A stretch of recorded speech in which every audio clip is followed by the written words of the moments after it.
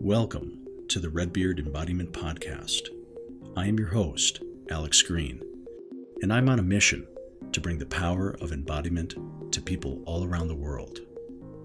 In this podcast, we explore how embodiment practices, trauma healing, and knowledge about the human nervous system can help us find our ground, discover new sources of meaning, and create connection in an ever-changing world.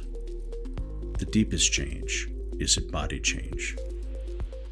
All right. Awesome. Well, I am excited to be sitting down this afternoon with Charna Cassell, and Charna is based in Oakland, California. I'm in Boulder, Colorado, as always. And we're going to have just an exciting conversation about Charna's interesting background with somatics and other things. And we met sort of through the grapevine, some of our associated colleagues, and I was curious to hear, Charna, more about your own story with what I consider kind of a multimodality, or coming in with several layers to your own, personal, sort of a journey, a healing journey and growth journey, as well as how you support your own clients in your practice. So let me just share a little bit more about what I already know about you, and then we will hear from you a little bit. But so Charna is a licensed marriage and family therapist and runs a practice at passionatelife.org is one of her websites. I think charnacassell.com is the other website.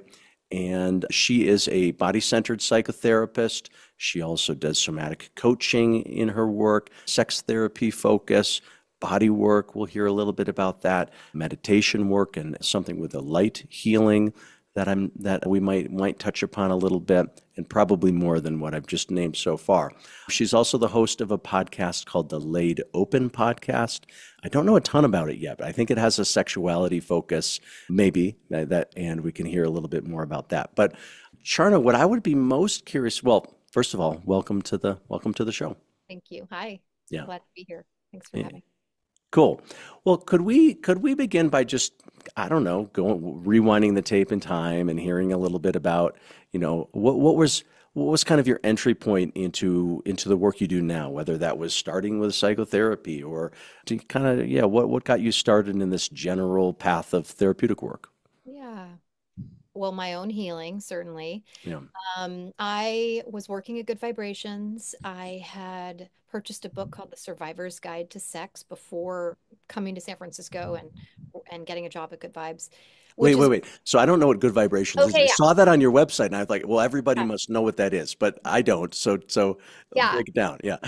It's a pretty famous, it was started, I believe, in the 70s, a worker-owned sex toy store. Okay. It was very focused on it was education heavy. Okay. So your training is very extensive, and you're required to read a certain number of books, to watch a certain amount of porn, to use a certain amount of toys, lots of free toys. Right. So it was like where I learned about my G-spot. It's where I learned about clitoral legs. It's where I learned. So I was, teaching 80-year-olds how to find their G-spot. It was an exciting, cool. Fun. Yeah. That was the part of the job I liked. The part that I didn't like so much were all the boundary crossings that people would assume a certain amount of intimacy.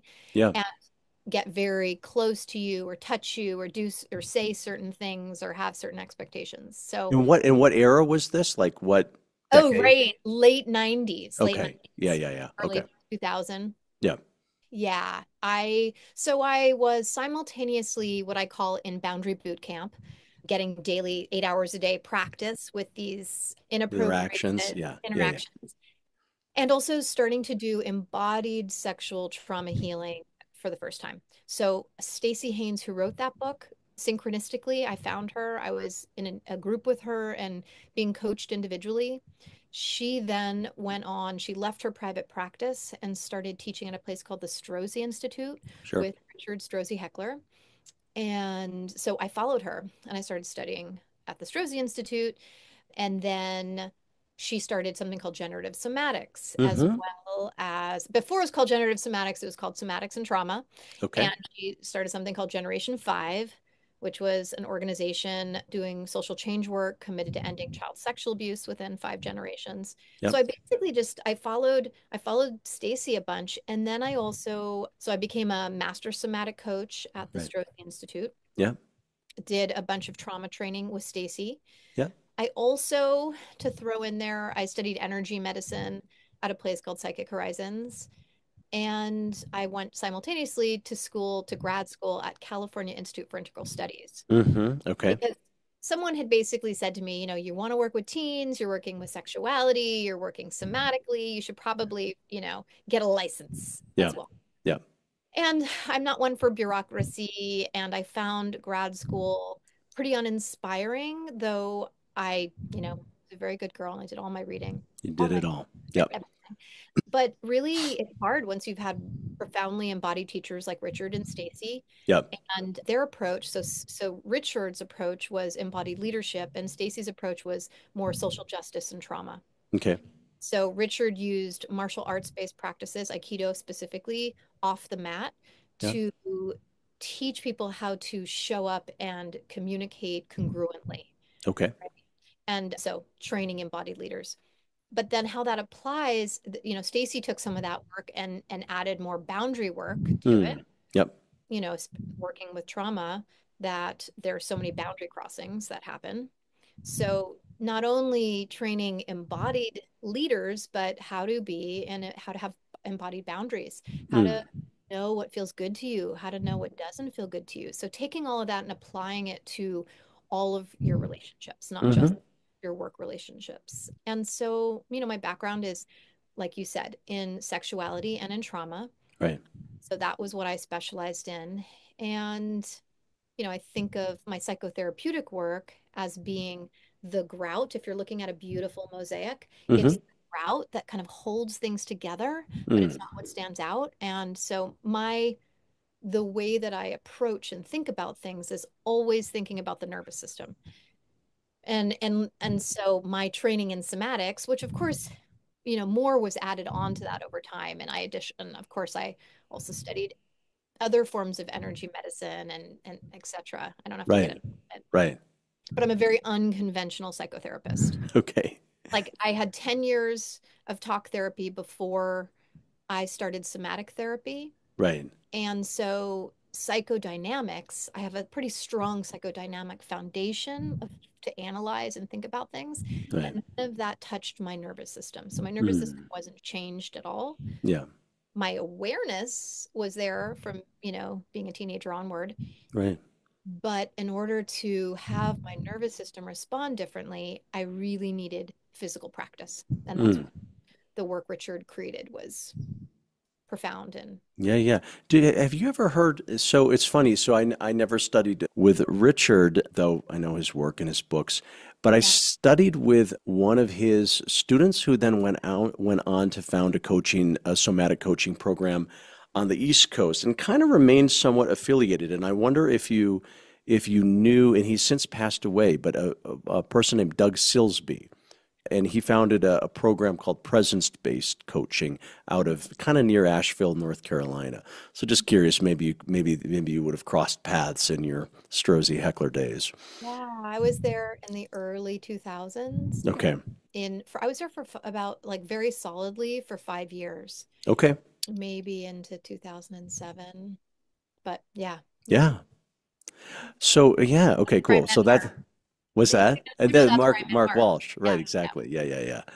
Well, cool. Well, maybe. Well, I'm just bookmarking that. I want to hear more of some of the origin story here, but then what I'm bookmarking is hearing a little bit about how some of the more physical embodied practices that that come up in somatic coaching, hearing a few examples of that or the boundary work. I mean, I have my own lens through somatic experiencing, that where we do some of those, but I know that Strozzi's work and probably the generative somatics works, there's sort of a battery of those that are not commonly seen in psychotherapy. So I think that would be an interesting thread to hold with you, I think. happy to give examples. Cool. Okay, and then you went to grad school. Okay, this and that. Well, maybe we should fast forward to kind of I guess like sort of present tense. And so how are you working now? Are you have a podcast that's a part of your work. You see one-on-one clients. Maybe you do some group work. I'm not sure. Like, well, what's sort of the current state of your working with people? Yeah, so early on, I actually ran an ongoing for years an embodied sexuality group for women. and love that. I love group work, but it's gathering. It's like herding cats, group Yeah. work. Yeah. And basically, I say to people, if you create the group, I will show up.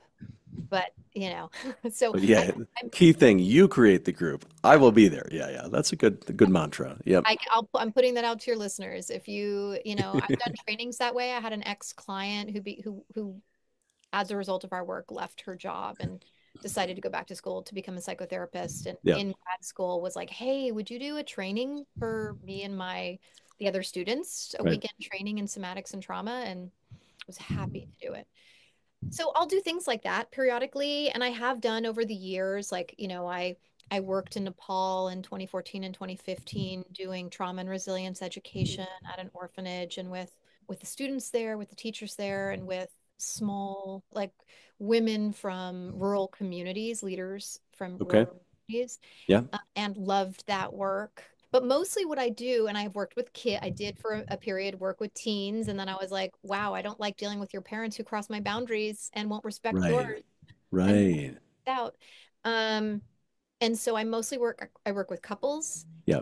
I love doing work with adults and their parents, like to bring their relationship into present time Yeah. and address things that have gone unaddressed. And I work a lot with individuals, equally with men and women. Mm. And I really enjoy that. What I'm currently doing, and I've had a practice for over 20 years, Hmm. and I'm in a Kundalini yoga teacher training. Fun. And so, yeah, it is fun. And, I mean, it's also intense. I've been up since 4 a.m. I have a Oh daily no. practice. Oh yeah. Yeah. So if I start to fall asleep and snore, That's you'll why. Okay. yeah. You snore. I'll hiccup. You snore. Yeah. Exactly. So, but it was fun. I just had a really sweet multiple hour session that I did with somebody, and blending a little bit of Kundalini stuff with my somatic practices. For you regular listeners to the podcast, you know that about half of these episodes focus on TRE, tension and trauma releasing exercises. And I wanted to make sure that you know about the Redbeard TRE certification program, our educational platform to certify others.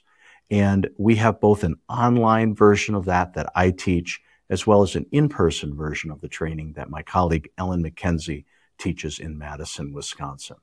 My next online certification training is beginning August 3rd and 4th, 2024. That's the first of 3 modules.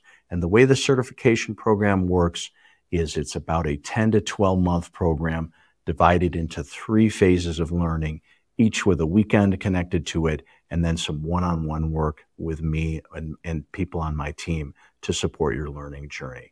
TRE has been a life-changing modality for myself. It's open to people with any background. I wanted to make sure you know about the program. You can find more information at redbeardtre.com. And so, to give you an example, to go back to that question. Yeah.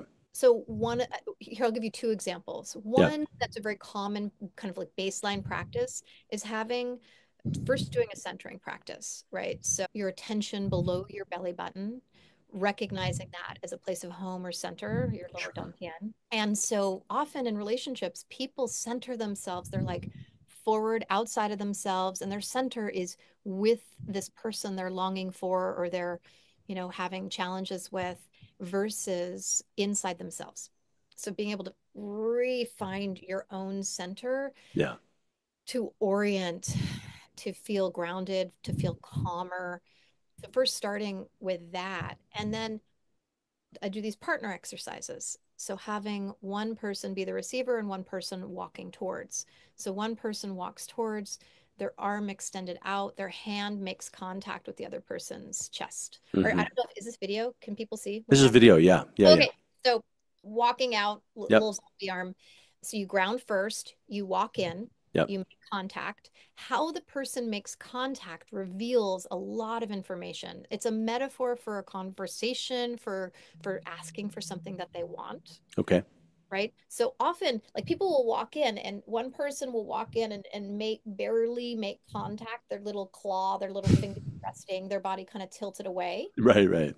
So this could be interpreted as a certain amount of reluctance, fear of impact, of afraid to ask for what they want, afraid of being direct, Yep. tilted away. Another person might walk in with their hand extended out and like bowl me over, locked arm, push. It's like they're simultaneously pushing me away, but they want support and connection. Yeah. And their arm is locked, which actually blocks the flow. If you lock your joints, it blocks the flow of energy.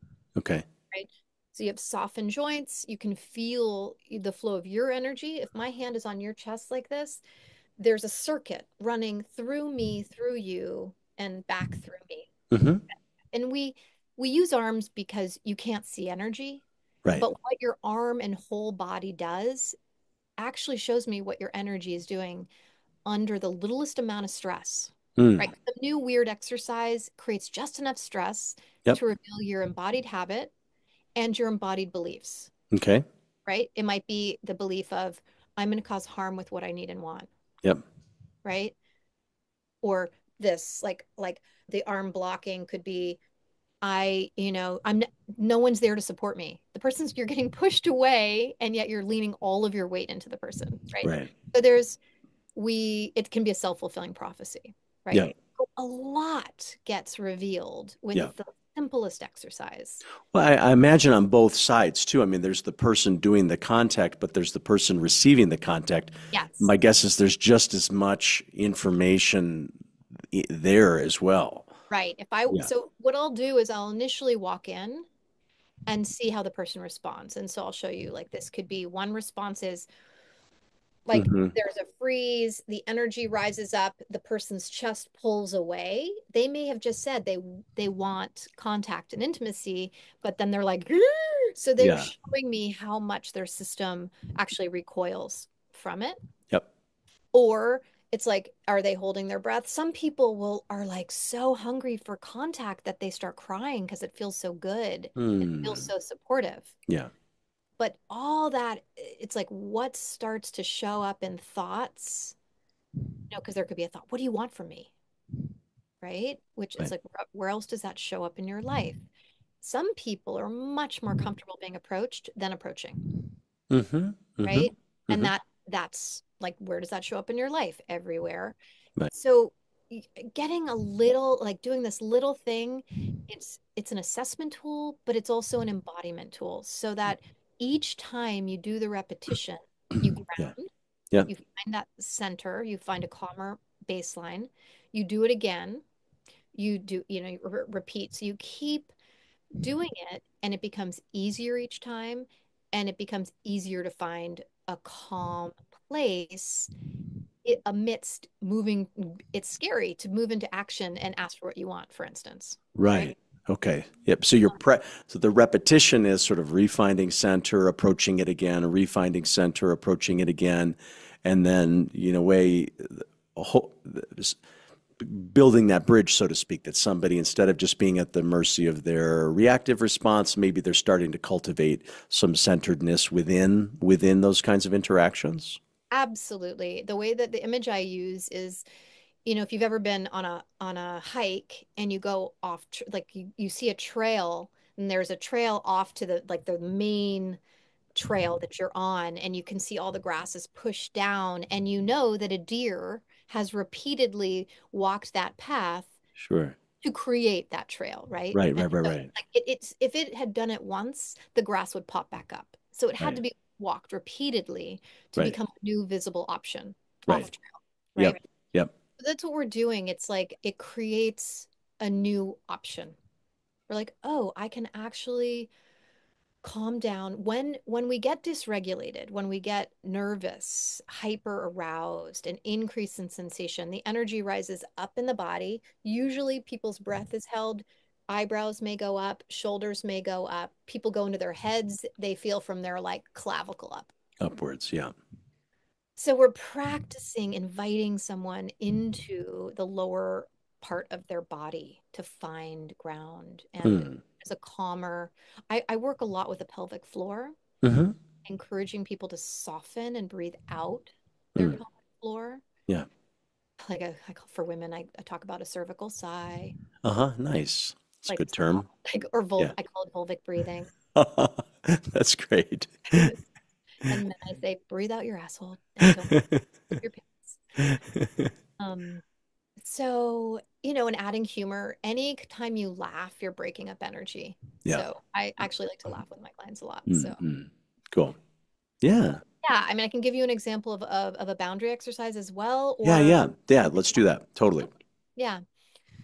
So there's so many different kinds of boundaries, right? The kind of boundary you're going to have with a child who's about to run out into the street or a friend who's going to drive drunk versus, a boundary that you're going to have with a stranger who's about to attack you versus a boundary, something saying no to someone that you're like, no, I don't want chicken for dinner. I want steak.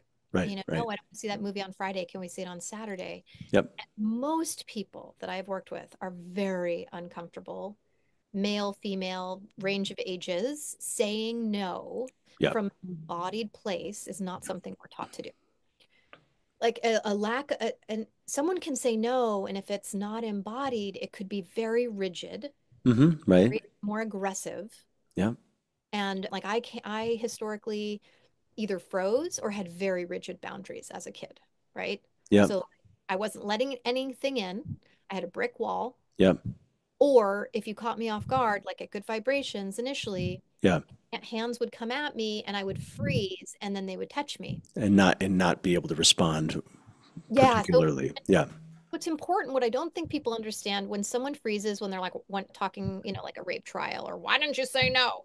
Yeah. And like, because when you freeze, your vocal cords even freeze, like your capacity to speak, it's almost like you're trapped and you're like Yeah. inside. Yeah. Totally. You can't move. Your thoughts may be racing, but you can't vocalize. Yep. So, which is hard for someone, it could happen with a partner, someone that loves you. They're Right. like, why aren't you talking to me? And you're like inside catatonic. You're like, Yeah. The gears aren't turning. Yep. they're turning really fast, but they can't come out. They can't. Yeah. Externalize. Yeah. So, but eventually, and it was such an interesting thing to be doing the training at Strozzi, to be working with Stacy individually, and to then be going to work every day and to see how my reaction to the same boundary crossings would shift. Right. So I got to put it into practice with people that those stakes were pretty darn low because they were customers. Right. Mm-hmm. Right. And so it went from freezing, touching me, to can you take 2 steps back? You're in my space. Like a little aggressive, but they'd be like, oh, sorry, Right. Right. but I was asserting myself. Right. Call it like, moving from rigid boundaries to compassionate boundaries. Yep. Like no boundaries, rigid boundaries, compassionate boundaries. Like Right. Right. was like this. And then it's like, oh, happy place. Nice. To eventually I could see it's like those martial arts based practices would help slow time down. In movies where they can see where the punch is coming and they move out of the way. Yeah. That's totally how it works.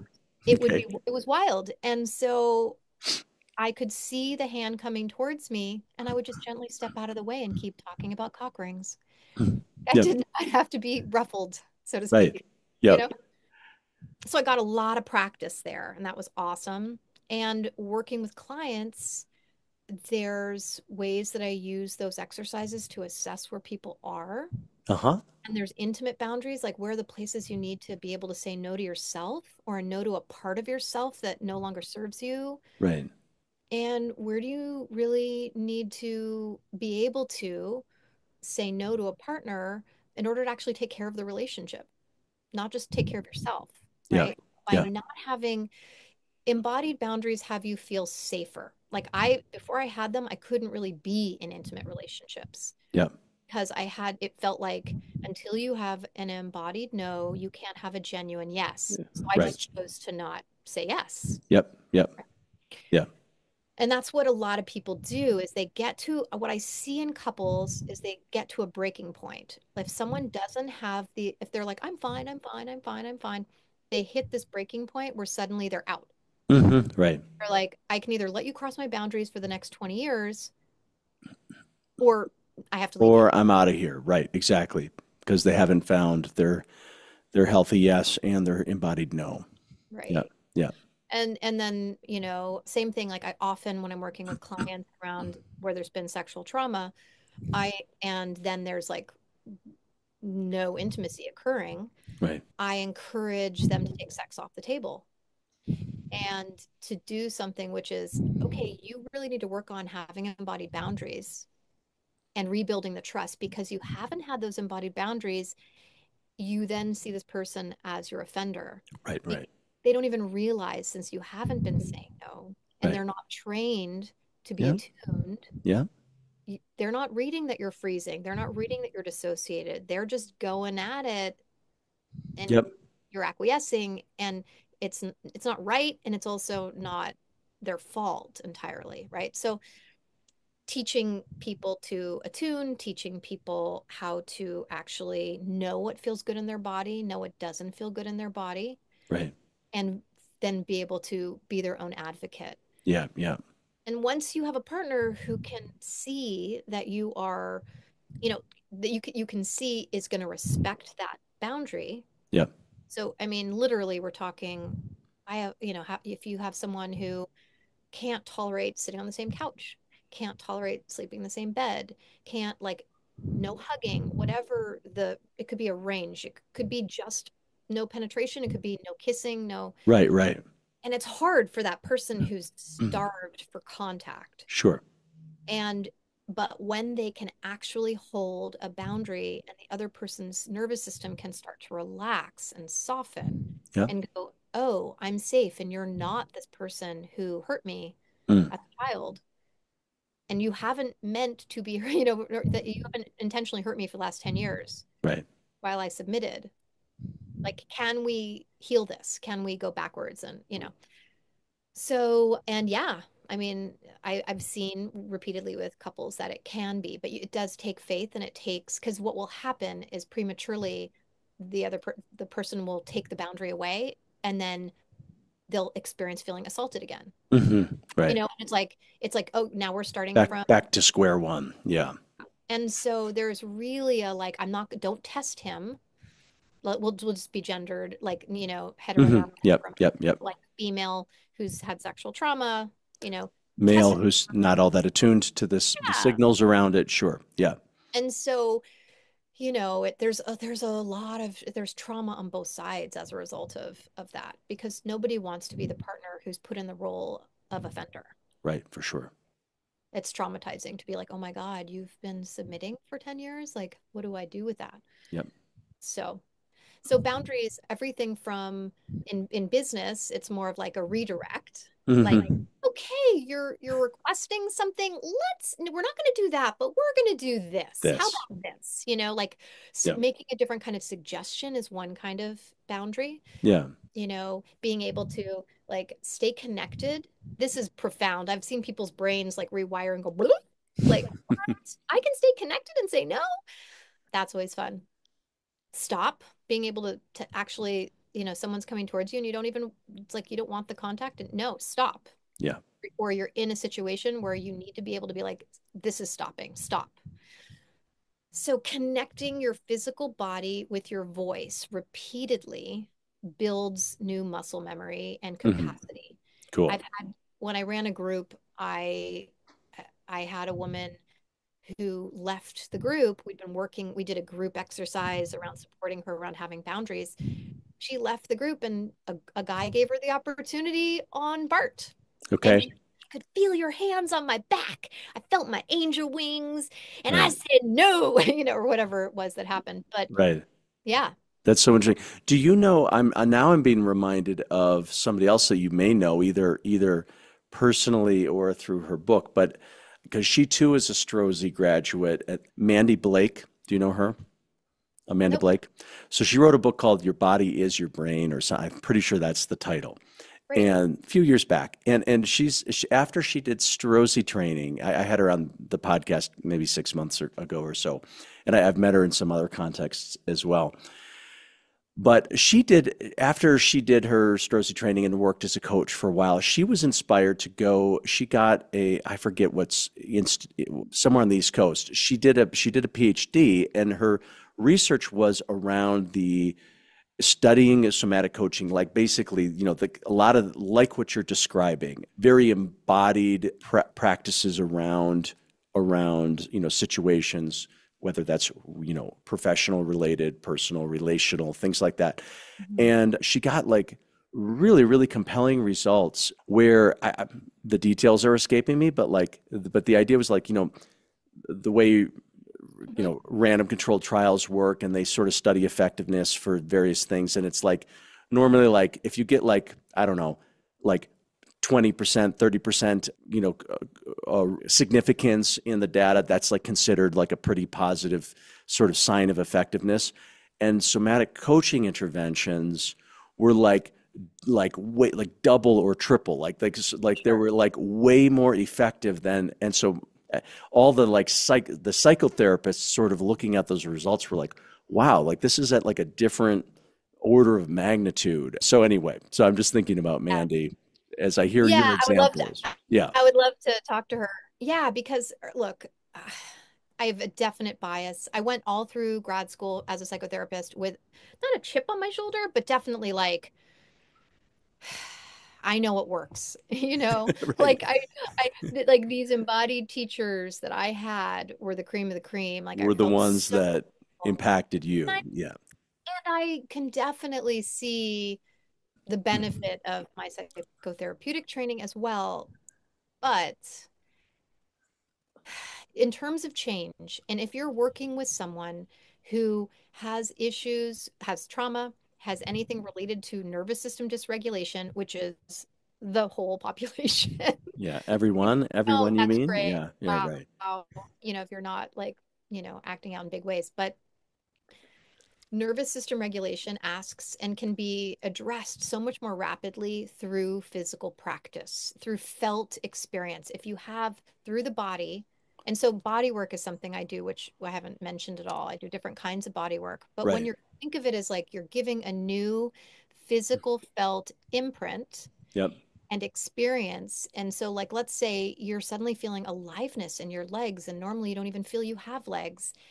And I ask you, if 20% more of the time you felt this experience, what difference would it make? Who would you be? How would you act? Right.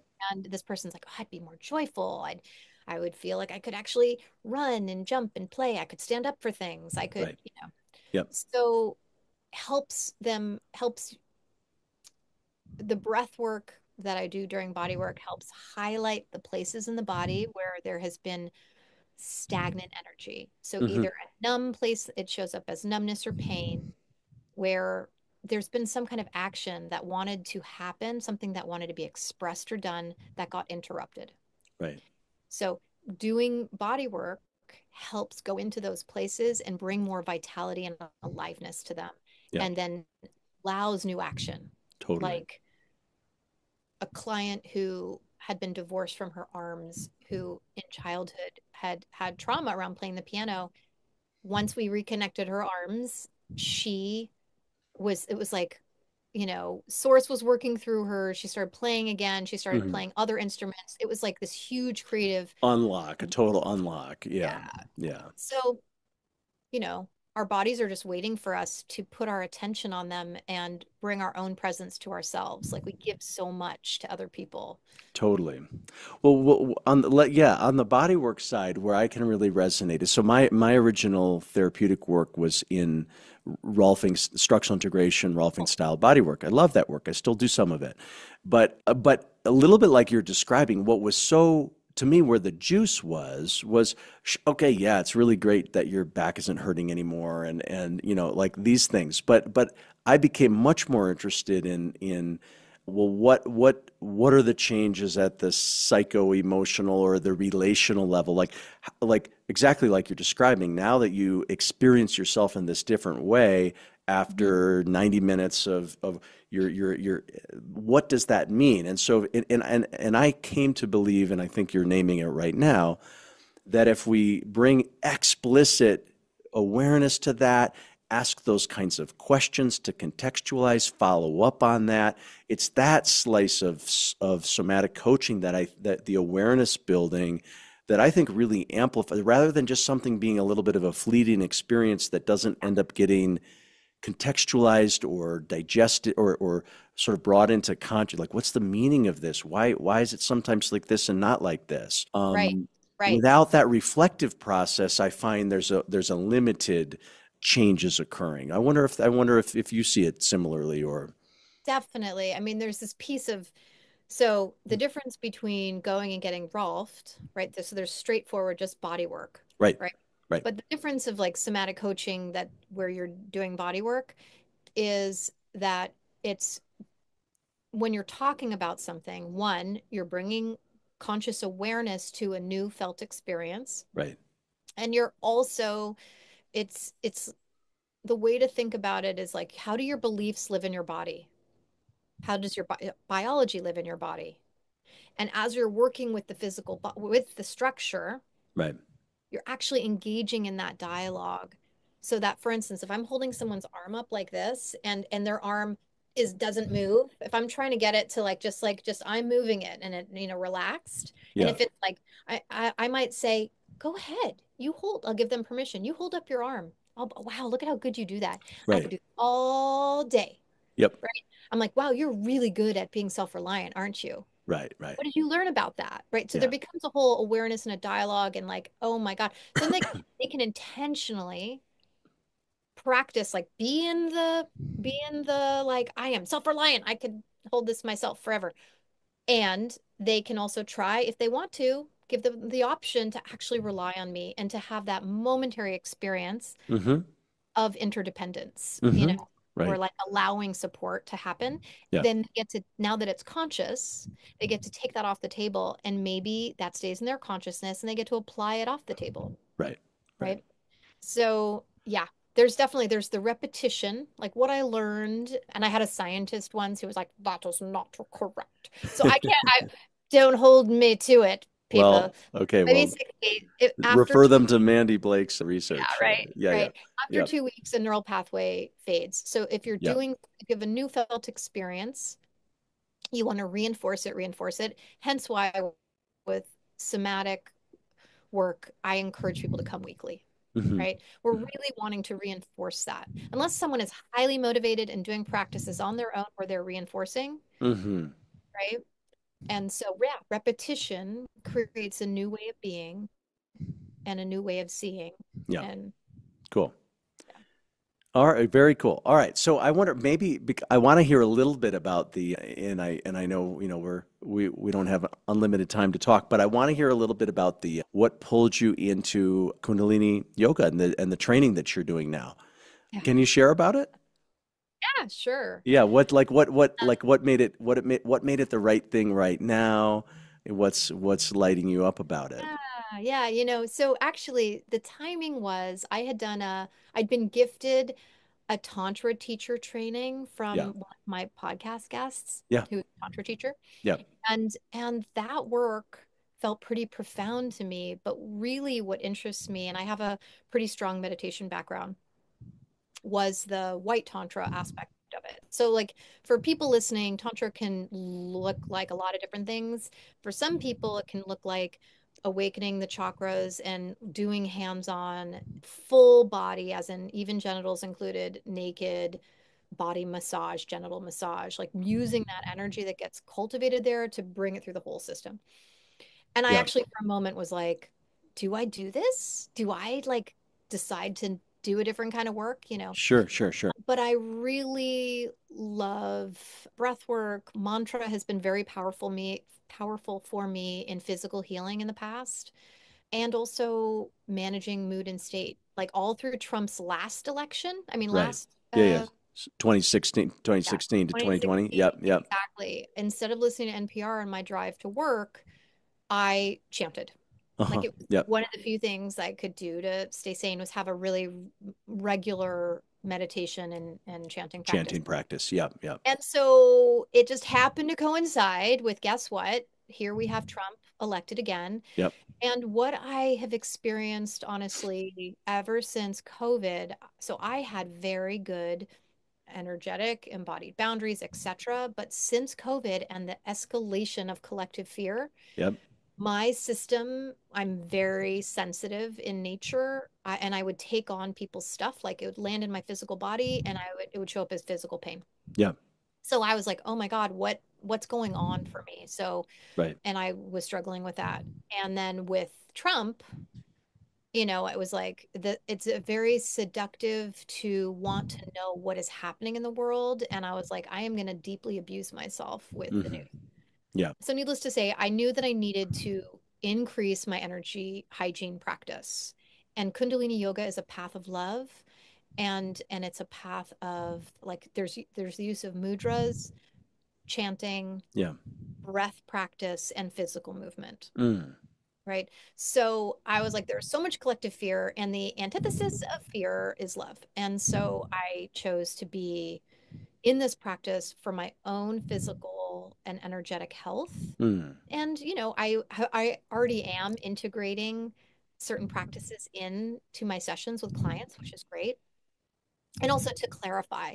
So white tantra, there's an intersection, and it's similar to Kundalini. Yeah. Kundalini, you're wearing all white clothing. You're not touching people's genitals, just to be clear out. Okay. Okay. All right. All right. Good. So you're moving energy. The both practices, there is a focus on moving energy at the base of your spine, moving it up Yeah. and clearing out your chakra system, Yeah. which is something that I'd already from previous energy medicine trainings I was focused on for years. I used to lead groups doing that work. Yeah. Actually lead a free monthly chakra clear out. I do an energy medicine meditation once a month. And you can Online. Yeah, it's online, and you can sign up at charnacassell.com. You can Mm-hmm. click on just that that like list. You can get added to that list. Cool. So yeah, so what I'm loving about it is I wake up at 4 a.m. and I'm in a 2-hour group online, it's called sadhana, but we're meditating, we're chanting, we're doing a physical practice Mm-hmm. for hours, Yeah. and I feel peaceful. And Cool. it's like, and if you look at what's happening in the world, I shouldn't, Right. right? Like, but the key, and it's such a core belief that I hold, whether it's through meditation or somatics, it helps me be in my own center. Mm. And the truth of the matter is we never get to control our environment. We never get to control the people in it, no matter how much we think we can. Mm. So I get to control what I can control, Mm. right? I get to be with, I get to direct my focus, I get to direct my breath and my presence. Cool. And it's just deepening the same principles again and again, right? Awesome. Oh, cool. Well, it's very cool to hear how that personal resonance is giving you peace and more peace and stability, and in what almost everybody will agree is a very tumultuous time. So that's wonderful. Yeah. I can give an example of so there's a specific breath of fire, Okay. right? Which if you pant like a dog, like, and you feel your navel move towards your spine, the Uh-huh. top of your belly, which is your solar plexus. Right, right. Your That chakra, that's your personal power, your alignment with yourself, Right. right? Yep. So through Strozzi, one of the practices, whether it's through body work or you could do it seated, Right. doing body work, I would work that whole solar plexus, the fascia in that top Sure. area, Yeah. to Yeah, help yeah. release the diaphragm, and have them go, and I won't do it because it's really loud, but hey, like it's a very sharp, Yeah. like a whip cracking the ceiling with their voice. Yep. So connecting your power with your voice, Yep. embodying that place, releasing the diaphragm. So, while at Strozzi, we never talked about chakras. What I put together was that Hmm. it is. It's like, It how do matches. Sure. you feel more empowered, Yeah. right? It builds your confidence to be able to have that part of you released and open and activated. And so a breath of fire in Kundalini does that. And Okay. so I was using that with a client in doing a physical practice like I described earlier, and I added that in, right, to like activate that part of her so she could feel her Yeah, voice. yeah. Get that online. Cool. Yeah. Yeah, So yeah. there's just the crossover Just between giving new tools to, in some ways which you're already exploring with people. That's awesome. Super cool. Well, Charna, how can people work with you? We'll put in the show notes the the links and things. Do you have anything upcoming? Are you open for new clients? Do you have classes? We heard about the monthly meditation. What are other ways that people might know you and your work? Yeah, so I do work with people virtually as well as in person in my Oakland office. I do intensives. So I have people who come in from other states, or I have clients who like live 7 hours away who drive down, and we do 4 hour sessions. Yep. So, and like multiple ones back to back. So I do that with people. If you are in another country and you want to do some work, I also have an online course. It's 20 days. I mean, it's 30 days long, but there's 20 videos. Mm. There's daily practices. And so I consider it more of like a transformational guide because it's introducing you to all the basics that I find to be essential, which is working with different parts of yourself, understanding your belief systems, somatic and meditative practices. So there is that. And I also have a book version of that course that if you're feeling like you don't have the What funds to pay for a what course. website to find that course? Charnacassell.com has Okay. my blog, has all Yeah. my podcasts, which we didn't We didn't talk podcast. about late Yeah, open. Yeah. so the podcast is really how to live a more vital existence. And I do trauma education, and I do sexuality education and Cool. embodied sexuality education. But I really see that as like, how do you live an embodied existence? And if Yeah. you don't have that online, you can't be fully sexually self-expressed. Yeah. So yeah, there's my blog, my podcast, and my course, and that book is all on charnacassell.com. Double And S double L, right? yes, and passionatelife.org has my psychotherapy practice. So if you want to read more about that, and I have a meditative light machine called the Lucia #3 hypnagogic light machine, which you mentioned earlier. Right. So, I usually only use that light machine with my ongoing clients, Okay. but it's another form of nervous system regulation because it entrains theta and alpha brainwave states. Cool. So yeah, and my dog Toshi is also a Oh nervous. yeah, I saw Toshi on your website. That was a nice addition. Super cool.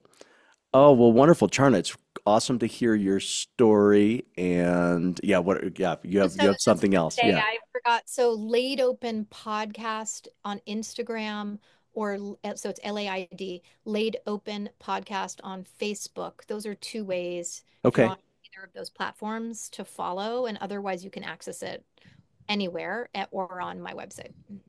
Okay, perfect. And yeah, we'll put all that down below in the notes. Cool. Well, yeah, Charna, I feel like we could pick any one of these threads and go deeper. I'm totally confident in, but this was a cool overview of just kind of that journey and how you're bringing these different practices together in a very active, embodied, practice-oriented way. So really cool to hear about that. Thank you. Yeah, thanks so much. Thanks for listening to today's episode of the Redbeard Embodiment Podcast. To learn more, visit us at redbeardsomatictherapy.com or send me an email at alex@redbeardsomatictherapy.com. If today's conversation resonated with you, help spread the word by subscribing and sharing with others. Hope to see you next time.